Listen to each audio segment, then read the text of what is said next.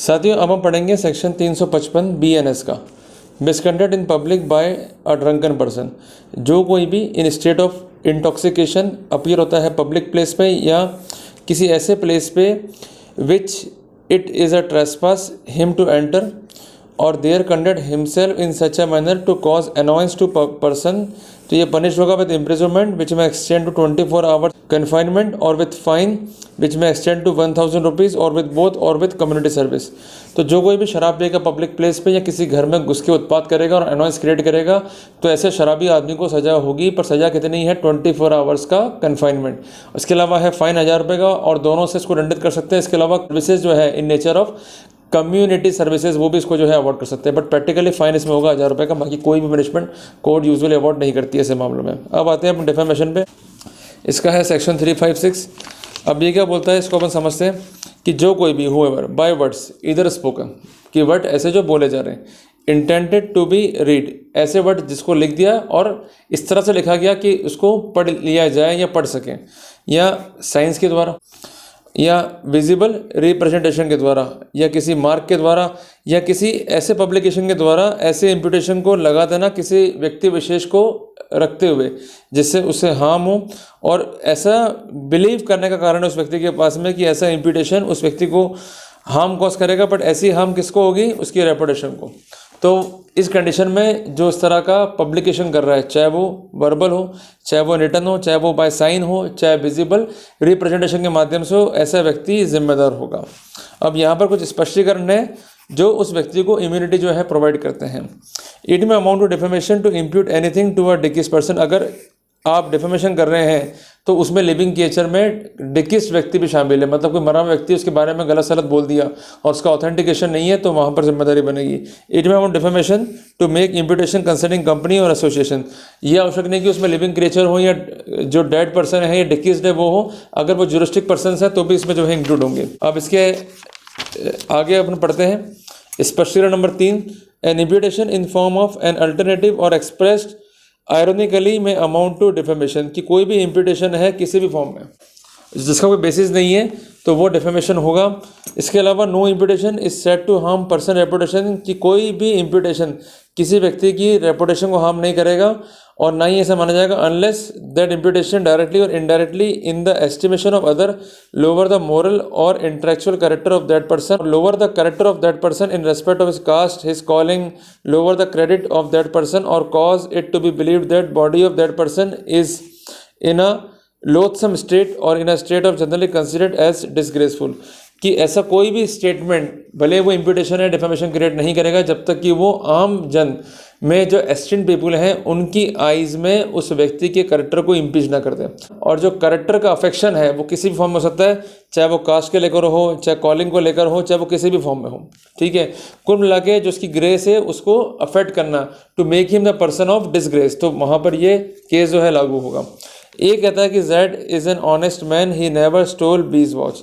यहाँ पर उसका इंटेंशन क्या है कि ऐसा बिलीव कर ले हर आदमी कि जेड ने ही बी की वॉच जो है चुराई है, तो ये केस है डिफेमेशन का जब तक कि वो एक्सेप्शन में कवर ना हो जाए। Is asked who stole B's watch, कि ए को ये पूछा गया कि किसने चुराई है बी की वॉच, तो ए पॉइंट करता है जेड की तरफ, ये मानते हुए कि ऐसा करने से जेड का जो है डिफेमेशन होगा क्योंकि एलिगेशन जो है झूठे हैं, पर अल्टीमेटली जेड जो है ऐसा करने से जिम्मेदार भी बन सकता है। तो यहाँ पर उसका करते जो है डिफेमेशन है unless it fall with in one of the exception. A draw picture of Z running away with बीज वॉच, तो उसकी इंटेंशन क्या है? टू शो दैट कि इसने चुराई है बी की वॉच को, तो ये केस डिफेमेशन का है। क्लियर हो गया आपको? अब आते हैं अपन एक्सेप्शंस के ऊपर। एक्सेप्शन क्या है? It is not a defamation to impute anything which is true concerning any person if it be for the public good that the imputation should be made or published, whether or not it is for the public good is a question of fact। कुल मिला के ऐसा कोई भी statement जो true है public के publication के लिए ज़रूरी है तो ऐसे पब्लिकेशन करने पर वो व्यक्ति डिफेमेशन की जिम्मेदार नहीं होगा। अब ये पब्लिकली गुड था या नहीं था ये क्वेश्चन ऑफ फैक्ट है, मीन्स के लिए ट्रायल लड़ना पड़ेगा। अगर ऐसा ग्राउंड पर आप एक्सेप्शन क्लेम करोगे, इम्यूनिटी क्लेम करोगे तो ट्रायल लड़ना पड़ेगा। दूसरा है exception number 2, it is not a defamation to express in good faith, कि कोई गुड फेथ में आपने ओपिनियन जो है एक्सप्रेस कर दी regarding his character so far as his character appear in that conduct no further. कुल मिला के आपने किसी पब्लिक सर्वेंट के कंडक्ट के बारे में कोई चर्चा कर दी आम मीडिया में, और ये चर्चा जो है गुड फेथ में है और जो भी आपके इंप्यूटेशन है बिल्कुल करेक्ट है, तो ऐसे सिनेरियो में उसका करेक्टर को यदि आप चैलेंज कर रहे हो या उसके करेक्टर के बारे में चर्चा कर रहे हो तो it would not be the case of defamation. Exception number 3, it is not a defamation to express in good faith any opinion whatsoever regarding conduct of any person touching public question, कि good faith में ऐसा कोई चर्चा करना जो कि आवश्यक है, सच्ची चर्चा है, किसी व्यक्ति विशेष के बारे में है, और अगर चर्चा नहीं की गई तो पब्लिक भविष्य में अफेक्ट हो सकती है, तो उनको बचाने के लिए आपने ये चर्चा की है। तो ऐसे सिनेरियो में अगर उसका करेक्टर भी इम्पीच होता है और ये इम्प्यूटेशन गुड फेथ में है, सही है, then it would not be a defamation. अब इसमें एक एग्जाम्पल दे रखा है कि ये डिफेमेशन नहीं होगा, कि ए जो है एक्सप्रेस करता है गुड फेथ में किसी ओपिनियन को रिगार्डिंग दैट कंडक्ट जो कि जुड़ा हुआ है गवर्नमेंट की फंक्शनिंग से, और इसके अलावा इसमें पब्लिक इंपॉर्टेंस के क्वेश्चंस जो है इन्वॉल्व हैं। जो भी ये पब्लिश कर रहा है अगर गुड फेथ में सही है और सही पब्लिकेशन कर रहा है और जनरल पब्लिक को अवेयर कर रहे हैं, then it would not be a defamation. Exception number 4, it is not a defamation to publish any true report of the proceeding of the court और रिजल्ट ऑफ कोर्ट प्रोसीडिंग, की court की proceeding का सच्चा reproduction defamation नहीं होगा।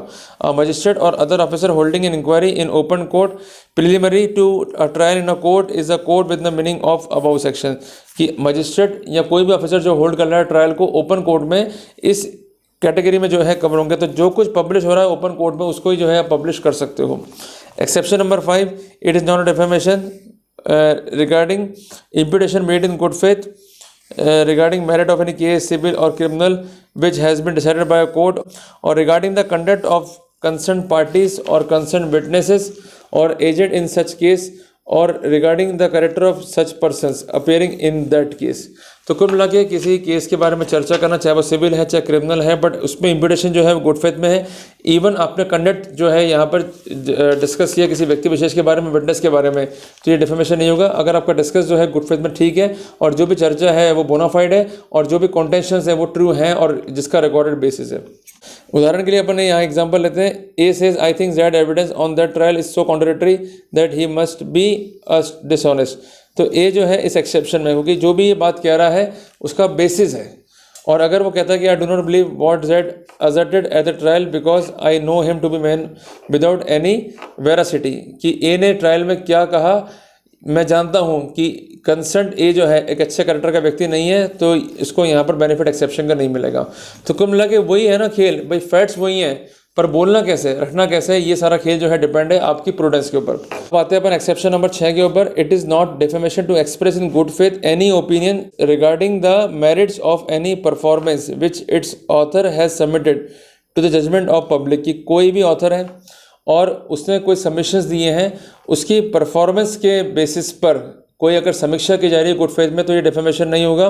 और regarding the character of that author, कि अगर उसका जो कैरेक्टर है उसका नेक्सेस है विद द परफॉर्मेंस, पर आपने जो भी डिस्कस किया परफॉर्मेंस और कैरेक्टर को लेकर, अगर वो गुड फेथ में है और जो भी सपोर्टिंग बातें हैं वो सपोर्ट हो रही हैं by some substance, then it would not be a defamation.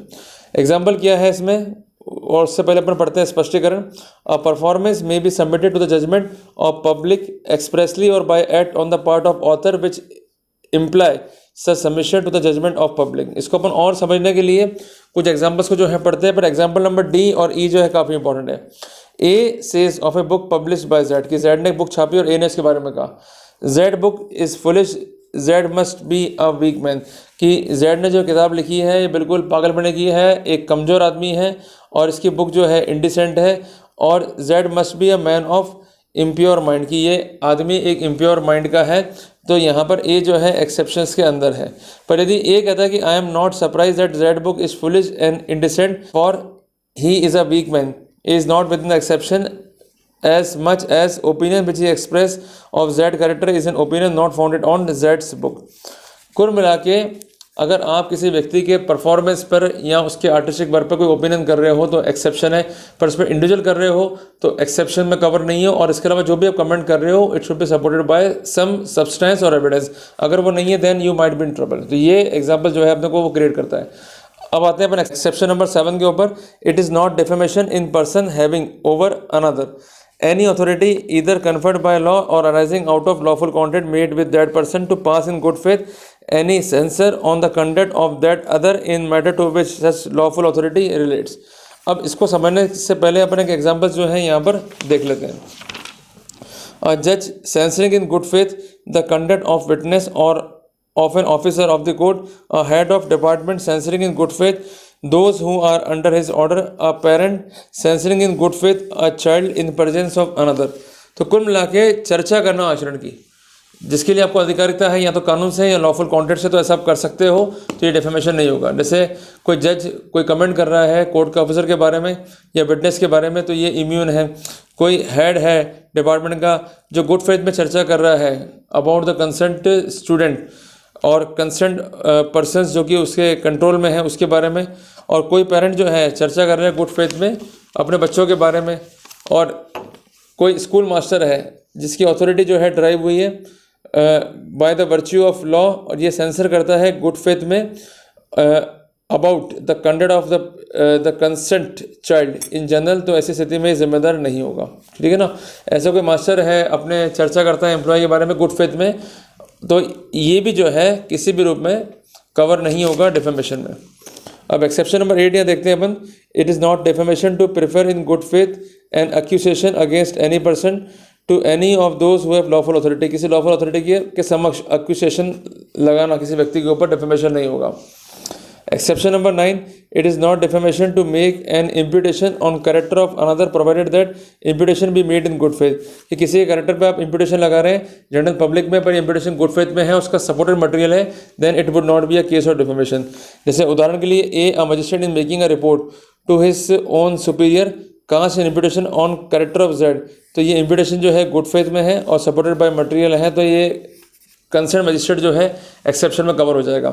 अब लास्ट यहाँ पढ़ते हैं एक्सेप्शन नंबर 10 कि it is not a defamation to convey a caution in good faith to one person against another provided that such caution be intend for good faith. कई बार ऐसा होता है कि हम किसी के बारे में पूछते हैं तो उसकी ओपिनियन आती है, तो वो जो कमेंट कर रहा है अगर वो सपोर्टेड बाय मटेरियल है गुड फेथ में, then it would not be a defamation. तो जो कोई भी डिफेमेशन करेगा वो पनिश होगा। सिंपल इम्प्रिजनमेंट, पनिशमेंट जो है 2 साल का है और फाइन है, और यहाँ पर इसके अलावा कम्युनिटी सर्विसेज भी अवार्ड हो सकती है कि जो कोई भी प्रिंट करेगा किसी ऐसे मैटर को नोइंगली, या इसको रीज़न है बिलीव करने का कि इसे डिफेमेशन हो जाएगा, तो यहाँ पर व्यक्ति जो है जिम्मेदार होगा। और कोई भी ऐसे मटेरियल को सेल करेगा या ऑफर करेगा फॉर सेल ऐसा मटेरियल जिसमें ऐसा मटेरियल है जिससे किसी का डिफेमेशन हो सकता है, then he would be liable as per law. तो इसके कुछ इंस्टेंस जो है यहाँ पर दे रखे हैं। क्लियर हो गया आपको? तो यहाँ तक हमने पढ़ लिया डिफेमेशन पूरा। अब इसको अपन वापस में एक बार रिपीट कर लेते हैं, रिवाइज कर लेते हैं ताकि आपको दिक्कत नहीं पड़े। डिफेमेशन क्या है कि ऐसे कोई भी एलिगेशन जो बाय वर्ड्स हो, मीन्स बोले गए हो, बाय राइटिंग हो, उसको पढ़ा जा सकता है। इसके अलावा ऐसा कोई भी साइन, ऐसा कोई भी विजिबल रिप्रेजेंटेशन जिसको मेक करने से, पब्लिश करने से किसी व्यक्ति की हार्म जो है होगी उसके रेपुटेशन को लेकर, और ऐसे इम्प्यूटेशन जो है झूठे हैं, तो ऐसी स्थिति में वो व्यक्ति जो है जिम्मेदार होगा। बट यहाँ पर 4 स्पष्टीकरण है। सबसे पहला स्पष्टीकरण है कि इसमें लिविंग टीचर के साथ साथ डिक्री भी शामिल होंगे। दूसरा एक्सप्लेनेशन है कि यहाँ पर ज्यूरिस्टिक पर्सन भी जो है शामिल होंगे। तीसरा है कि जो कुछ भी एक्सप्रेस किया गया है अगर वो गुड फेथ में नहीं है, भले किसी भी फॉर्म में है, तो उस सिनेरियो में कंसर्न व्यक्ति जो है जिम्मेदार होगा। और चौथी बात, अगर कोई एलिगेशन है किसी व्यक्ति के रेपुटेशन को लेकर, तो वो व्यक्ति जो ऐसे एलिगेशन लगा रहा है वो जिम्मेदार नहीं होगा यदि ऐसे एलिगेशंस एक्सट्रीम लोगों की निगाह में उस व्यक्ति के कैरेक्टर को या उस व्यक्ति के मोरल को लोअर डाउन नहीं करते हैं। तो क्लियर हो गया? अब उसमें कुछ एक्सेप्शंस हैं। एक्सेप्शन नंबर 1 को अपन वापस से देखते हैं कि अगर कोई एलिगेशंस हैं और वो गुड फेथ में है और पब्लिक गुड के लिए जो है इम्प्यूट किए गए हैं, तो ऐसे सिनेरियो में डिफेमेशन नहीं बनेगा। दूसरी बात, कोई भी एलिगेशन है गुड फेथ में है concerning any public servant character है, then it would not be a defamation. तीसरी बात है कि ऐसे एलिगेशन है जो गुड फेथ में है रिगार्डिंग कंडक्ट है of any person touching the public question, तो ये डिफेमेशन नहीं होगा। चौथी बात है, कोई रिपोर्ट सबमिट हुई है रिगार्डिंग द कोर्ट प्रोसीडिंग और कोई भी आउटकम है कोर्ट प्रोसीडिंग का उसका पब्लिकेशन, ये डिफेमेशन नहीं होगा। इसके अलावा कोई सिविल और क्रिमिनल प्रोसीडिंग्स है उसका पब्लिकेशन, या किसी गवाह के बारे में, कंडक्ट के बारे में चर्चा करना डिफेमेशन नहीं होगा। इसके अलावा किसी व्यक्ति का आर्टिस्टिक वर्क या परफॉर्मेंस उस पर चर्चा करना डिफेमेशन नहीं होगा। इसके अलावा कोई भी व्यक्ति अगर किसी कानून के जरिए या किसी लॉफुल कॉन्ट्रैक्ट के जरिए एक अथॉरिटी रखता है चर्चा करने के ऊपर, या कहते हैं ना भाई तीखी टिप्पणी करने के बारे में, तो ये डिफेमेशन का केस नहीं होगा। इसके अलावा एक्यूजेशन है गुड फेथ के अंदर, तो ये डिफेमेशन नहीं होगा। इसके अलावा कैरेक्टर पर एलिगेशन है बट वो गुड फेथ में है और सपोर्टेड बाय मटेरियल है, तो ये डिफेमेशन नहीं होगा। और आखिरी बात ये है कि ऐसे कोई भी बातें जो क्वेश्चंस के बारे में है और किसी व्यक्ति विशेष को अलर्ट कर रही है किसी व्यक्ति विशेश के बारे में, अगर ये इम्पिटेशन गुड फेथ में है then it would not be a case of defamation. तो यहाँ हमने पूरा कंप्लीट कर लिया। अब आखिरी जो अपना पार्ट है वो है सेक्शन 357 और 358 को लेके मैं इसी में कंप्लीट कर रहा हूँ, ताकि ये अपना लास्ट क्लास रहेगा बीएनएस को लेके और अपन यहाँ पर चैप्टर को जो है पूरा करते हैं। Breach of contract to attend and supply want of helpless person, कि जो कोई भी बाउंड है by lawful contract to attend to supply want of any person, जो कि by the reason of youth, unsoundness of mind या disease या bodily weakness या किसी भी कारण से अपने आप को उस वांट की तरफ लेके नहीं जा सकता और ना ही उन वांट्स को सेटिस्फाई कर सकता है, और जो व्यक्ति उस पर लॉफुल अथॉरिटी रखा हुआ है उन वांट को सेटिस्फाई नहीं करता है, जिस कारण उसको दिक्कत होती है, तो ऐसी स्थिति में ये पनिशेबल ऑफेंस होगा। पनिशमेंट यहाँ पर है 3 मंथ का और फाइन भी होगा 5,000 रुपये तक। अब यहाँ पर आखिरी जो चैप्टर है, चैप्टर 20, वो है रिपील एंड सेविंग्स, कि यहाँ पर आईपीसी जो है हम ख़त्म करते हैं। और इसके अलावा इंपॉर्टेंट बात यहाँ लिखी कि nothing with standing the repeal of code referred in subsection 1 it shall not affect the previous operation of code so repeal और एनीथिंग ड्यूली डन और सफर्ड देयर अंडर। किसी व्यक्ति को सजा मिल गई है, कोई कार्रवाई आईपीसी में हो गई है, तो उसको यह कानून अफेक्ट नहीं करेगा। कोई भी right, privilege, obligation, liability acquire हुई है, ये रिपील नहीं होगी। कोई पेनल्टी, पनिशमेंट हुआ है, वो रिपील नहीं होगा। कोई इन्वेस्टिगेशन चल रही है तो वो नहीं हटेगी। कोई प्रोसीडिंग इनिशिएट हुई है आईपीसी में तो वो ख़त्म नहीं होगी।